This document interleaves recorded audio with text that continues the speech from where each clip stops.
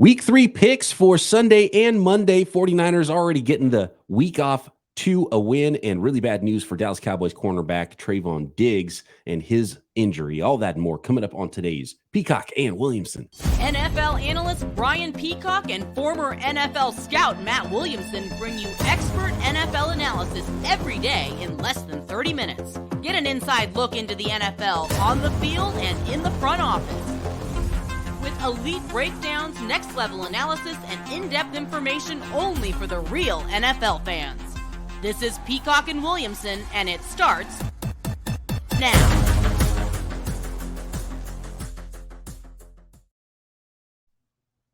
Welcome to the Peacock and Williamson NFL Show. Brian Peacock alongside Matt Williamson at BD Peacock at Williamson NFL. Thanks everybody for making us your first listen on the Locked On Podcast Network. Your team every day. Big ups to the everydayers. Subscribe on YouTube and wherever you get your podcast. Today's episode of Peacock and Williamson is brought to you by Gametime. Download the Gametime app, create an account, and use code LOCKEDONNFL for $20 off your first purchase. Last-minute tickets, lowest price guaranteed. So we got to start before we make our picks for week 3. Bits of news here, and the biggest one this week, and now confirmation Friday morning, Matt, that Trevon Diggs, who was feared to have torn his ACL in practice, one-on-one non-contact drill Thursday, that has now been confirmed, and Trevon Diggs out now for the season, does have a torn ACL, which is a huge blow to what has been the league's best defense for the first 2 weeks of the season. Yeah, it's huge. I mean, you lose them in practice. Fortunately, you realized that it wasn't a real strong position a year ago other than Diggs, so you went out and got Gilmore in the offseason, which is a nice pickup. Their pass rush will make up for it. I mean, it's a great front seven. It's an elite pass rush led by maybe the best defensive player on the planet right now. I don't mean to sound cold. He's a very good player. I've always thought he's a little bit overrated, though. He's kind of the Marcus Peters risk taker, gets beat a lot, but takes the ball away a lot guy, which shows up on SportsCenter all the time, but you don't always see the downs too. But a really good player and a big loss. He's gotten better since his first year, especially. He was really getting beat a lot, and he's kind of gotten he's kept making big plays and limited the bad plays, but he still has that that mentality as a cornerback. They added Noah Igbenogany from the Miami Dolphins. It was kind of a disappointing first round player for the Dolphins. Eric Scott was a 6th round rookie corner for the Dallas Cowboys. So I'm trying to think of who else is on the Jordan Lewis is on that team. Yeah, he's okay. Yeah. I don't know if they need to go out of the organization to try to do something here, just knowing that for this year, they need a rental player, that the Trevon Diggs is out for the year. It would probably help to make sure with Stephon Gilmore, who's not the youngest guy in the world, that they do have some more depth, because it's not, it's not a huge list of names there as the number 3 corners that are going to jump in and start for Trevon Diggs. So definitely something to look out for, and maybe that would be a market that the Dallas Cowboys are looking at before the trade deadline this year. And I don't know those names of who are attainable via trade. I mean, do the Cardinals, the Bears, those type of teams have a corner that could be on the market, or someone with an expiring contract? But what I do know is you really don't want to be shopping for offensive tackles or corners once the season starts. It's difficult. You're going to have to find a team. Like, nobody that's trying to win any sort of games is going to give up those types of positions. Sometimes there are some teams that have some extra players in certain spots, but it's going to be tough to find a team that's ready to say, oh, okay, cool, we're going to trade a starting caliber corner in week 3. Yeah, exactly. I mean, unless it's an expiring contract on a team that doesn't plan on resigning, and you might have to pay a lot for even those guys. But I think they can't overcome it, though. I think that's the point of this. Yeah, me too. They've got the pass rush that can make things a little bit easier on the back end. It does hurt. You never want to lose one of your best players, but this happens to just about every team in the NFL every single year. You lose starting caliber players, and you need depth on your football team coming into every season. Yeah, you do. It is unfortunate that it's not the type of injury where they're like, okay, we can hang on and then we'll get him back in December or something like that and get him back for the playoffs. It's that's not going to be something that happens for Trevon Diggs. I mean, maybe even Jalen Ramsey comes back, right. This one's not happening, and you lost him in a practice. Ugh. Yeah, non-contact too, and that's usually the indicator. So, oh gosh, okay, not good. San Francisco 49ers, speaking of good defenses, made it look pretty easy in the second half, especially against the New York Giants. It was a 30-12 final. Niners now 3-0, winning on Thursday night against the 1-2 New York Giants. Was there any big takeaways from you from this Thursday nighter? Anything that surprised you? Anything that you saw out there Thursday night, Matt, that you think is worthy of bringing up here? Because I think, it was a 10-point line for a reason. Everyone expected the 49ers to win, and they did handle their business. I mean, it was close in the first half, and then the second half pretty much went as expected. More Kittle than usual, maybe a little more Debo than usual. No Ayuk, that didn't slow them down one bit. You threw that out there yesterday, or I forget what day it was, that maybe McCaffrey after 100% snap share would play a little less. And we did see some Mitchell, but they're really good. Both sides of the ball were pretty darn good, and I think the Giants are in big trouble. It's funny because they did work in Elijah Mitchell a lot at running back and a couple of garbage time carries for Jordan Mason, but they ran so many plays on offense that McCaffrey still got 23 touches, 18 carries and 5 more receptions, and was looking like his normal self. And he's such a good player. Kyle Shanahan doesn't want to go away from him. And they were killing the Giants early on the ground too, because the Giants were just blitzing like crazy at Brock Purdy. In fact, 85% blitz rate on dropbacks in that game against Brock Purdy. I didn't realize it was that high, but that's Don Martindale's scheme. He's going to come after you. But this, especially in the NFL the next gen stats era, that is the highest blitz percentage on dropbacks in the entire for any team any week in the next gen stats era, and that goes back. I don't know how many years that goes back, but a handful. It's pretty heavy. Yeah, they were coming after him, and that he threw a couple of interceptable passes maybe early in that game, and they kept coming after him. I mean, it was a 0 blitz on the very first play of the game, but he weathered that storm. And then second quarter is kind of when the Niners started to get it going on the ground, and then they got it going in the air as well, and big plays, 16 forced broken tackles by the 49ers. So I don't know if that's the New York Giants defense or if that's just what happens when you go against Debo Samuel and Christian McCaffrey. And, Debo ended up being the big winner. I had a feeling it was going to be a big Debo game with, potentially trying to lessen the McCaffrey usage, and then Brandon Ayuk being out. And 6 catches for 129 and a touchdown for Debo Samuel in that one. And Brock Purdy's first career 300-yard passing day. Oh, really? Okay. Last Giants notes. I mean, they played this game without their 2 best offensive players, Thomas and Saquon. And it sounds like some gamesmanship, but this morning when I woke up, it said Saquon has a high ankle sprain. Going into this game, he's like, that's a low ankle sprain. I might play. I don't think it changed in the last 2 days. So he could be out for a while. Yeah, high ankle is the one you do not want. That's it's basically it's closer to a broken lower leg than it is a lower regular old ankle sprain. Yeah, I think I've done the both ankles, and it's basically those 2 bones just like pulling apart. Yes. Yeah. It's not so good. So that's going to be more than even a couple of weeks if it's a high ankle sprain for Saquon Barkley. And this team looks like a team that was not as good as their record last year. Not close. Yeah. Right. I don't think they're close. Like Washington's much better than them. And, they're not even a tier 2 team. Actually, it's kind of a segue.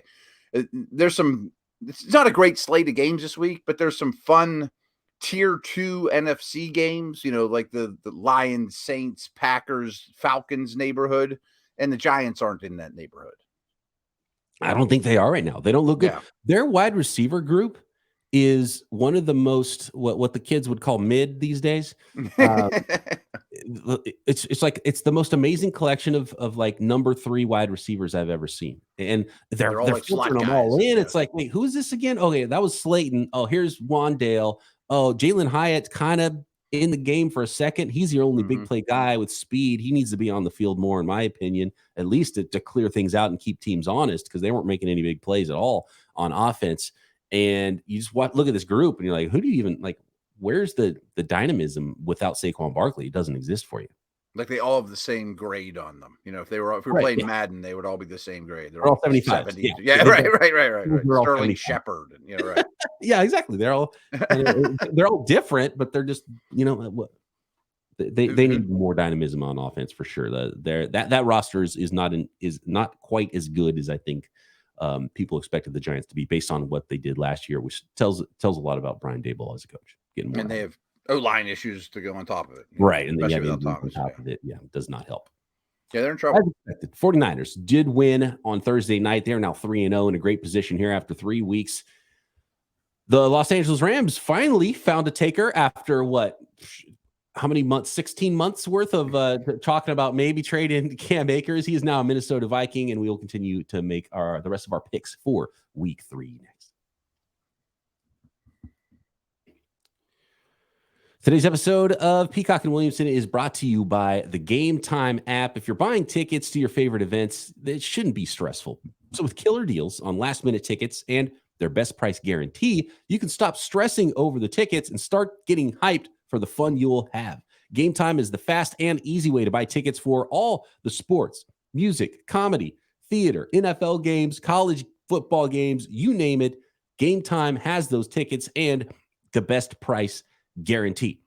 Forget planning months in advance. Gametime has deals right up to the day of the event. Get exclusive flash deals on tickets for football and comedy and theater.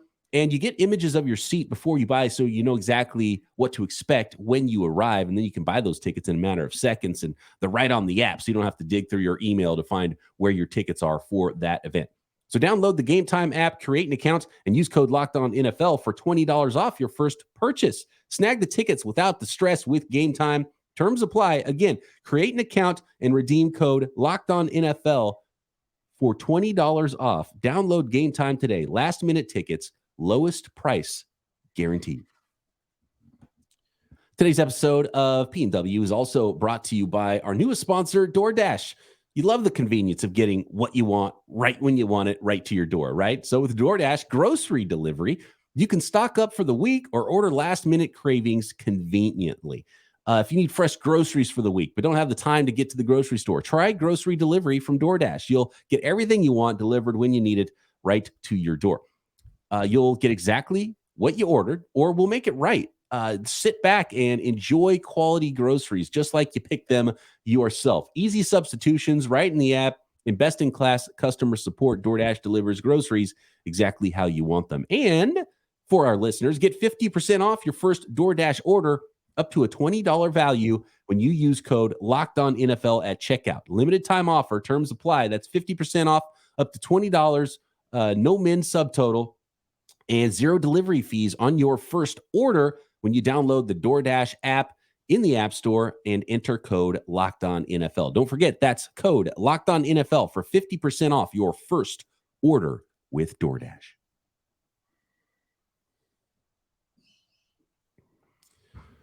So let's start making our picks here with the Los Angeles Rams, since the Los Angeles Rams made a little bit of a trade here, and it's clearly the Kyren Williams era in the backfield now for those Los Angeles Rams, who we're going to be going backwards a little bit here. It's the last game of the week on Monday night. The Los Angeles Rams at 1-1 are traveling to the Cincinnati Bengals, and this is a really interesting game here.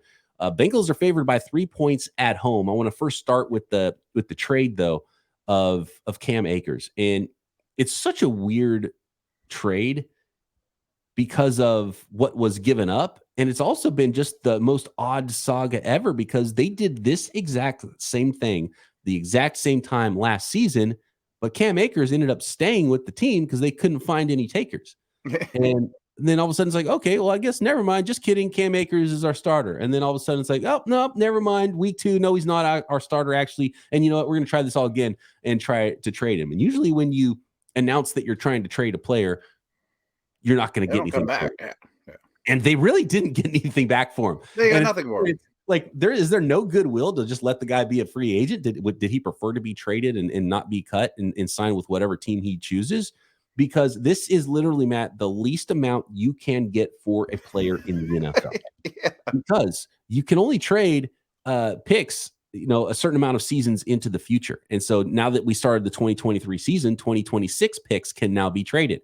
So the Rams sent Cam Akers to the Minnesota Vikings for a swap of 2026 draft picks. And those draft picks are a swap of 6th and 7th round picks. So in 2026, Matt, 3 years from now, the Minnesota the Los Angeles Rams will go from round 7 to round 6 in that draft. You cannot get less in a trade than what the Minnesota Vikings gave up for Cam Akers. So like at that point, it's like, just cut the guy.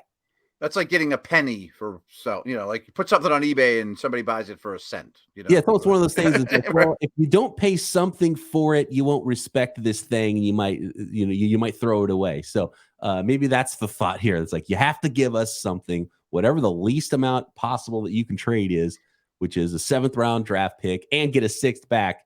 That's what we're going to trade for Cam Akers. So clearly, there wasn't a lot of need for him around the league. For the Rams, he didn't even suit up last week, so I don't think it changes what we saw. And frankly, Kyren Williams was out playing him anyway. Yeah, exactly. And we'll get to the Vikings, but their run game's non-existent. So, hey, bring in somebody else. I mean, give it a shot. I don't think Madison's a 1. But this will be the last game of the slate. It's the last of 2 Monday nighters again. I don't love the double Monday night thing, but hey, so be it. I'm going to take the Rams and definitely take the points in Cincy. But Monday, if it comes out that Burrow's definitely playing and practicing in full, I might change that. But, I mean, I'm assuming if he plays, he's going to look like he did the first 2 weeks, which to me, the Rams didn't have the better offense. And the Bengals don't have a backup quarterback situation either, because it's brutal. Yeah. Yeah. And they, I believe it was, I don't have it in front of me right now. I forget his name, but yeah. Somebody got claimed, and so they've been calling teams about quarterbacks and potentially trading for a guy for a backup quarterback. They've got Jake Browning, but it was Browning, I think Will Greer. Will Greer was the one who was the other quarterback who just got snagged by somebody from the practice squad too. So he got signed up, and so if Joe Burrow can't play, they have one quarterback right now. So if that guy gets hurt, we're going to see what it looked like with the 49ers in the NFC Championship game. So they're trying to find a number 3 guy. We'll see if they find that player. But yeah, I don't like what I've seen from that team. And when Joe Burrow had played, it hadn't looked good. Favored by 3. They are at home, which helps, but it's not like a morning 10 a.m. game for the West Coast Rams either. Sure. It's a prime time game for them. They're playing at 5 p.m. So they'll be feeling good. Their body clocks won't be super off. I kind of want to take the points here because the Rams have been much more competitive than I thought they were going to be this year. Yeah, and they're pretty healthy and looks like they have receivers. And Stafford's playing great. Not an easy place to play, but yeah. Good Burrow, and I'm giving up more than 3 points. But just the whole question around the quarterback right now is like, give me some points, because this is just an ugly situation right now in Cincinnati. I mean, the Rams should be favored if Browning starts. Yes, and still roster-wise, even with Browning, the Bengals are kind of better top to bottom. But the important thing is that Sean McVay and Matthew Stafford together keep them in football games. So, and that's what we've seen so far in the first 2 weeks of the season for the Rams. So that's why, the quarterback, that's a big deal for the Cincinnati Bengals right now. Should we go to the Vikings next? Because sure, that's a fun game. And I lost where the Vikings are here. Where are the Vikings? Chargers are at Vikes. Last I saw was a 1-point spread. Minnesota was favored. Yes, at home, Minnesota favored by 1 here. And actually, I don't know if the Cam Akers thing, I forgot we made this pick already for our. Oh, right. And I did have the Chargers, and I was taking the 1 point, and I believe you had Minnesota. Is that right? Yeah, I think the Chargers D is terrible, and I just don't trust this team on the road right now, coaching wise, all that stuff. As it pertains specifically to the Vikings and their run game, does Cam Akers do anything for you for that Vikings run game? Because to me, just based on what they gave up, I just think he's a depth piece. It probably has more to do with Ty Chandler, maybe. And Ty Chandler had more juice, I thought, than Madison at times, and thought he should have been worked in, and he wasn't really getting worked in. And I wasn't really bullish on Madison because he didn't seem like a true one back, and he's a good player, he's a good passing down back, but he clearly lacks a little bit of juice there. So I don't think Akers really does anything. It's almost like the Giants wide receiver situation. You know what I mean? It's like, right. They're all kind of don't have like a one, so you got a bunch of backup running backs, and now you added another one. Fine. So I just, based on what they gave up, I think it was just like, this is basically free. We'll see what Cam looks like. Maybe he does have some juice and can help us out a little bit, but to me, it doesn't really change anything for me with the Vikings. But so far, the Chargers have been a team that you can score against. Yeah, absolutely, and that's what I thought in the running back situation too. Like, I've thought Madison was a backup all along. Like, I didn't draft him anywhere in fantasy, but one of my favorite late round picks was Ty Chandler. Now I'm cutting him though, And by the way, the Dallas Cowboys favored big 12.5 points. That was part of our 6-pack on yesterday's program as well. So I don't know if that changes anything for you with Trevon Diggs, Matt. Does that change? No. We're both willing to give up the 12.5 against the Arizona Cardinals this week. Absolutely. By the way, Buffalo, Washington, Chicago, KC. A lot of weird stuff going on in Chicago as well. Denver, Miami, really stuff, Pittsburgh, Las Vegas. Those are all part of our 6-pack. If you want to hear us make those picks, you can go to yesterday's show, and we will finish up this program making the rest of the picks for Sunday and Monday in week 3 next. Today's episode of Peacock and Williamson brought to you in part by PrizePicks. PrizePicks is daily fantasy made easy. It's some of the most fun you will have, and potentially winning up to 25 times your money this football season playing daily fantasy sports. You can turn $10 into $250 with just a few taps. Make your picks and submit that entry in less than 60 seconds, and it's super fun to follow along with your picks each day. And I was kind of looking at the passing yardage here on PrizePicks for this weekend's games. I kind of like the more than on Jordan Love's 211.5 passing yards against the New Orleans Saints. How about this one with Zach Wilson, the less than 180.5 passing yards? And I've got a little nugget here in a second on why Zach Wilson might need to be faded against the New England Patriots. Sam Howell, I'm in on Sam Howell and that Washington team right now, Matt. They're going the opposite direction of the New York Giants. 220.5 passing yards. Give me the more than. I think we might have a little bit of a shootout with the Buffalo Bills. Could be a fun game this weekend. So play PrizePicks.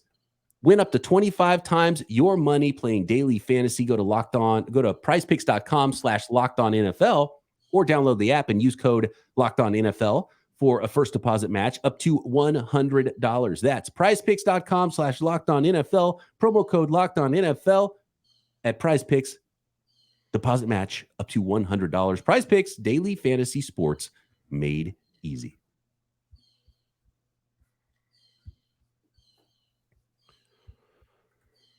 So the major news out of the way here. Let's get back into pick mode, Matt. Excuse me. And we have the Tennessee Titans at the Cleveland Browns. 1-1 Titans, 1-1 Browns. Cleveland favored by 3.5 without Nick Chubb at home. This is going to be a slobber knocker. I mean, I'm coming to the conclusion no one's running on the Titans, but you can throw. Well, they don't have Nick Chubb, and Watson's been flat out bad. I mean, the more I study him, I'm incredibly worried. But I also think the Browns D could be a top 5 unit this year, and I really like their front, and I think the Titans might have the worst O-line in the league. So 3.5, I'm taking it. I mean, I'm looking at an over-under at 39.5. I think maybe the over-under should be 30. I mean, like, I just think this is be like 17. Yeah. So it's low scoring, that type of game. I'll definitely take the points. Yeah, I'll take the points. Don't like what's going on in Cleveland. I was going to say most of the same stuff about a low scoring game. So give me 3.5. Someone's going to win this one by a field goal. So you're winning. All the people that spend all their budget and their waiver priority on either Ford or Kareem Hunt, it might not look great for you after this week. So if you had, I might trade Jerome Ford right now. His value is really high in fantasy leagues.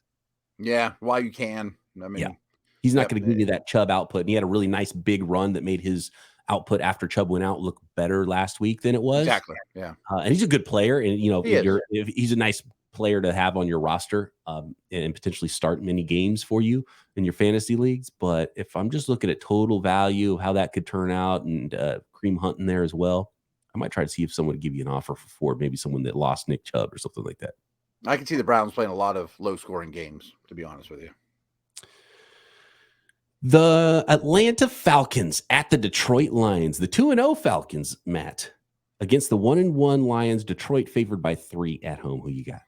Yeah, I mentioned that we got a Saints Packers matchup and Falcons Lions matchup, and we had Atlanta Green Bay last week. I'm really in on all these teams. I mean, this is my tier 2 NFC battle. I think a lot of these things could have a lot to do with playoff seedings when it's all said and done. I like where all those teams are at. Is Atlanta ready to go on the road and dominate the trenches and run the ball and run the ball and run the ball? And I think the answer might be yes. I'm going to take the Falcons and the points here. I think these teams are very evenly matched. I'm going to go the other way in this one. Okay. They needed some good fortune to beat the Packers last week. And I think Detroit at home is going to be a little bit too difficult for the Falcons, and 3 points is not bad. And I think if it wasn't for the win last week for the Falcons, this would be more like 6 points or 4.5 points or something like that. So I think you're getting. I don't think this is a true indicator of where the Falcons are right now as a team, and they'll be in this thing, I think. But I think the Lions are a better football team, and I'm gonna give up the points and take the home Detroit Lions by more than a field goal. I can see this being a sneaky over. Like, I think Goff throws on these guys, and maybe some big plays by Bijan and maybe even Pitts. I mean, I'm ready to be done with him in fantasy. It's making me crazy. But anyway. That's kind of the problem. It's like, okay, the Falcons run the ball, but if it gets into a shootout, the Falcons don't win that game, I don't think. Yeah, agreed. But I'll take the points on the road. I think it's a close game. Falcons on the road, stay in front of the sticks. That's kind of got to be the game plan there. So if it does go over, it's Lions. If it goes under, I think it's a Falcons type of game. Okay. Yeah, that's a good way of looking at it. How about those New Orleans Saints? You just mentioned Saints Packers, the 2-0 Saints at the 1-1 Packers. Green Bay at home favored by 1.5. I'm really impressed with the Saints defense. I mean, they're big, they're physical. Guys like Lattimore are playing really well. DeMario Davis. I think it's going to be a Kendre Miller type of day. But I like Green Bay too. I picked them to win the division. I think they're in a good spot. Again, these are my 2 favorite games that, again, I think we're going to have a lot of ramifications. So I want the points. Again, I think all 4 of these teams are very equal. I'm going to take the points in both games. I think the Saints will be able to run the ball well and play tough defense.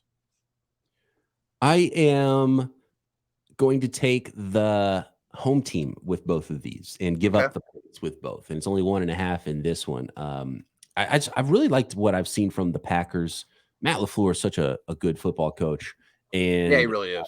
And the Packers are going to be okay with Jordan Love. I don't know what his end, what kind of player he's going to ultimately be when we look back on his career or anything, but he's passed a lot of early tests for me. Christian Watson, maybe they get him back. I don't think the door's been closed yet on him for week 3 as well, which will add, a little bit more of a threat, a big play threat there for the team. Aaron Jones as well. I think he's in a similar spot right now. So that would probably tilt things a certain direction. But give me the Packers. I like the Packers here.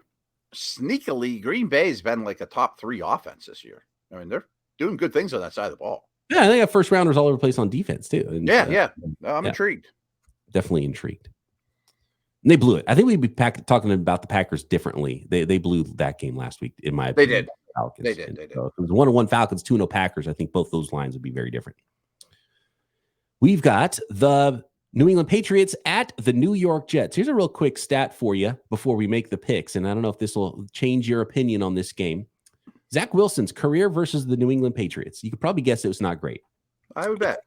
50.9 completion percentage, 2 touchdowns to 7 interceptions, and looking at Pro Football Focus grade in those games for Zach Wilson, 35.8 out of 100. So not high-level stuff for Zach Wilson in his career versus the Patriots. Can he flip the script this week, Matt? So you said those stats. Is that better or worse than his average game as a pro? I mean, that's how bad he is. Is that good or bad for him? I think it's below average even for him. Even for him. Okay. He's had worse games than that, but it hasn't fared well for the Patriots. Patriots favored on the road, by the way, though, -2.5. Like that's a teaser that makes me want to take the home dog, Matt.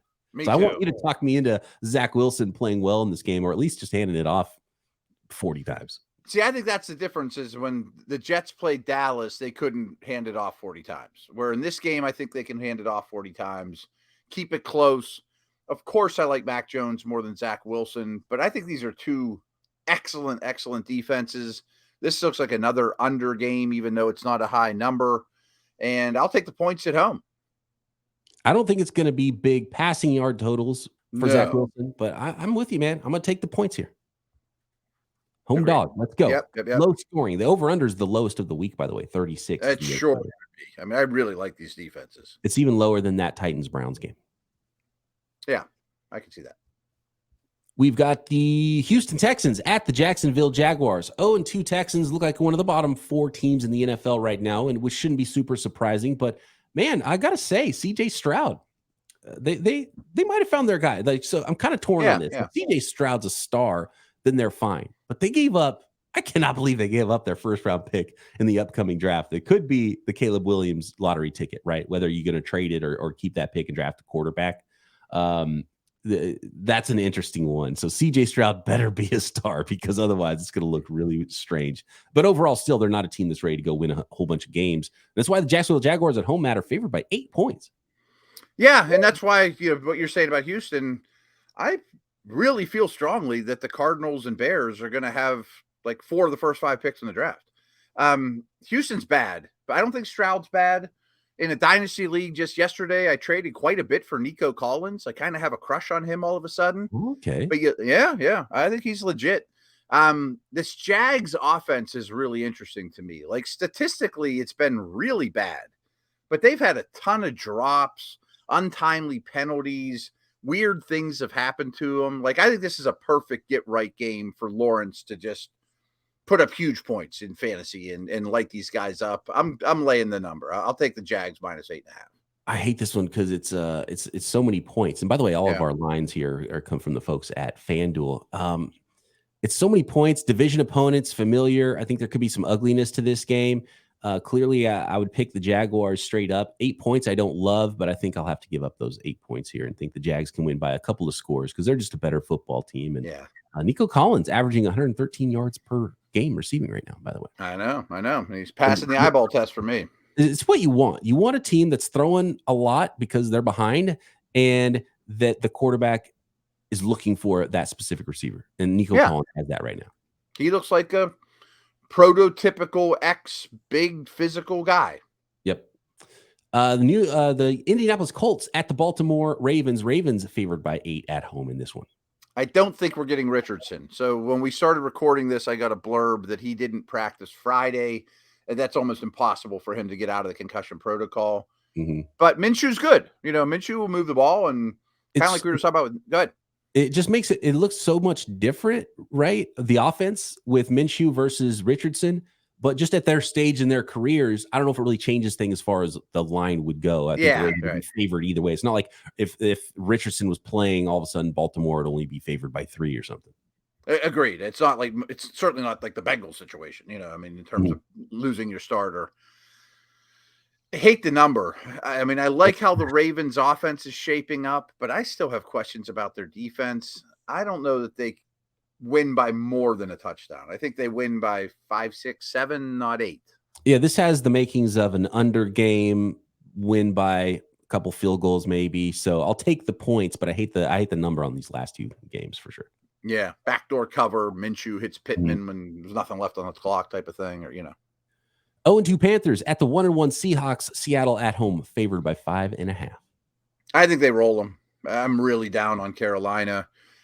Bryce Young's not going to play, which might actually make them a better football team in terms of the line with Andy Dalton. He got beat up bad by the Saints this past week. And I think Seattle is a good football team. They're one of those tier 2 NFC teams where the Panthers are a bottom feeder. And playing in Seattle's no fun. Growing pains for a rookie quarterback is one thing, but when you're like 5'9", 190 pounds or whatever Bryce Young is, and you start getting beat up, that's where you start to get a little bit worried. Like long term, it's like, well, that's the thing. That's why you don't want a small quarterback. Does he have the physicality to hold up in the NFL? I hope this isn't in bad taste, but watching him versus that big physical Saint defense, I wanted to call like child services. I mean, he's just a little dude getting beat up by Cam Jordan and Demario Davis. Like, oh man. And it doesn't mean you can't play. That's not it. I know, right? Right. From a viewing standpoint, maybe we're making too big of a deal of it, but just from a viewing standpoint, when you see him, it's shocking almost every single time, even though like even though you know. Like, he looks so small. You just like don't he's shrinking. Our whole life, we're used to seeing the big strapping quarterbacks, and even the small ones are still 6'1", right? Brock Purdy looks small. He's 6'1", 215. One of Brock Purdy's legs weighs as much as Bryce Young does. And he's not a big quarterback by any means. Like he looks smaller than Doug Flutie growing up. You know what I mean? Like, yeah. And maybe just because everyone's bigger and faster now. Like, I just keep looking at him like they're just going to throw him. I'm like, he looks like a kid. Seattle, I'm gonna give up the points as well. Yeah, I feel good about that one. Though I think you're right. Like a veteran quarterback that started a lot of NFL games, I don't think that should move the line. And I think it actually did move the line a little bit in Seattle's favor. Mm-hmm. They might be a better chance of winning with Dalton. I mean, it's not the best thing for the team, but right. I mean, he's not bad. And Bryce Young's shown some signs. Like I like what I was like. There's nothing as far as his play. I'm not worried about what I've seen from him at all. It's just that, can he hold up would be the big question. That was kind of always the question with him. Oh my gosh. The Bears, we can't even start with the Bears stuff. I don't even know where to begin. When they were part of our Thursday 6-pack of picks. And we're gonna have to have some defensive coordinator quit. I think next. Yeah, there's so much, and the comments from Justin Fields. Right. We'll see what it looks like against the Chiefs. We're gonna have some conversations about the Bears, I think, and push that off to next week because we don't have time because we got to finish our picks here for this week. I would pick the Cardinals against the Bears straight up right now.